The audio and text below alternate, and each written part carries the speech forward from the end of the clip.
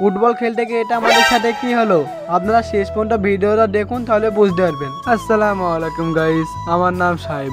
আপনারা দেখতেই পাচ্ছেন আমার অনেক বড় বড় চুল হয়ে গেছে। আমি যাচ্ছি এখন চুল কাটতে, চলুন। তো আমি আর আমার বন্ধু মিলে আমাদের গন্তব্যস্থানে যাচ্ছি, চলুন আপনাদেরকে ওইখানে গিয়ে দেখা হচ্ছে। আমরা এখন একটা জায়গায় দাঁড়িয়ে পড়েছি, আমার বন্ধু বলতে ঠান্ডা লাগবে, আমি বলছি তাই লাই।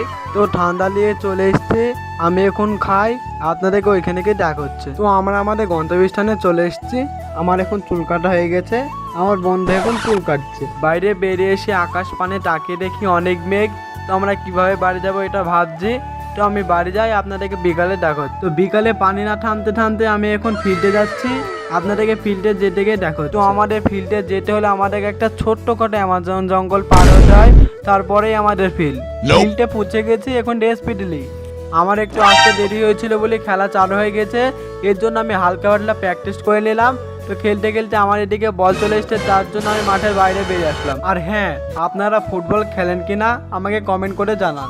আপনারা দেখতেই পাচ্ছেন আবহাওয়াটা কত সুন্দর, আর বিকালে হয় যদি ফুটবল খেলা, তাহলে ব্যাপারটা জমে যায়। তো খেলা শেষ হওয়ার পর আমি এখন ড্রেস মেস গুছিয়ে বাড়ি যাচ্ছি। আপনাদের ভিডিওটা ভালো লাগলে লাইক ফলো করে দেবেন। দেখা হচ্ছে নেক্সট ভিডিওতে, টাটা।